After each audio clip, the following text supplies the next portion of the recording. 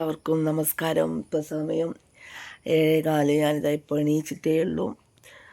അപ്പോൾ ഇന്നലെ എനിക്ക് ഒരാൾ എന്നോട് മെസ്സേജ് ഇട്ടിട്ട് പറഞ്ഞു, ചേച്ചി പ്രിയേച്ചിനൊക്കെ ഈ ജസ്ന സലിം എന്ന വ്യക്തി വളരെ മോശമായിട്ട് പറയുന്നുണ്ടല്ലോ, ചേച്ചിയൊക്കെ വളരെ മോശമായിട്ട് പറയുന്നുണ്ട്, ശ്രീലേച്ചിനെയും ഹരിതേനെയൊക്കെ വളരെ മോശമായിട്ട് പറയുന്നുണ്ട് എന്ന് പറഞ്ഞു.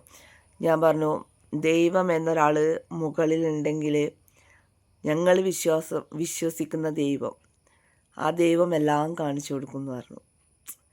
ഇത്ര പെട്ടെന്ന് കാണിച്ചു കൊടുക്കുമെന്ന് ഞാനും വിചാരിച്ചില്ല. കാരണം വീട്ടിൽ കൂടലിൻ്റെ അന്ന് തന്നെ ചേടാ അരുണേട്ടാ സുഖമുണ്ടോ, എന്തു പറ്റി, നീയൊക്കെ എന്തായിരുന്നു ഇവിടെ കാണിച്ചു കൂട്ടിയത്? എന്തായാലും ഞങ്ങൾക്ക് അങ്ങനെ ഒരു ഇതില്ല. കാരണം എന്ന് വെച്ച് കഴിഞ്ഞാൽ മരണവും ഈ ആക്സിഡൻറ്റും ഒക്കെ ഏത് സമയത്തും എല്ലാവർക്കും വരാം. അതുകൊണ്ട് നിന്നെപ്പോലെ അധപ്പതിക്കുന്ന കൂട്ടത്തിലല്ല ഞങ്ങളുള്ളത്. നീ പറഞ്ഞതിൻ്റെ കൂലിയാണ് നിനക്ക് ഇന്നലെ, അതായത് നിൻ്റെ വീട്ടിൽ കൂടലിൻ്റെ അന്ന് തന്നെ, അതായത് ജസ്ന സലീം എന്ന വീട്ടിൽ കൂടലിൻ്റെ അന്ന് തന്നെ നിങ്ങൾക്ക് കൂടാൻ പറ്റിയോ? അതാണ്, ഇതല്ലേ നിൻ്റെ കണ്ണൻ്റെ ഇത് അല്ലേ? കണ്ണൻ തന്നെ വിചാരിച്ചിട്ടുണ്ടാവും നിൻ്റെയൊക്കെ കളി കുറച്ച് ഓവറാണ് എന്നുള്ളത്. അങ്ങേരങ്ങ് വിചാരിച്ചു കുറച്ചവിടെ നിർത്തി വെക്കാൻ. അപ്പം എല്ലാവരും വിചാരിക്കും എന്തെന്നാണ് ഇവളിങ്ങനെ പിച്ചും പെയ്യും പറയുന്നത് എന്നുള്ളത്.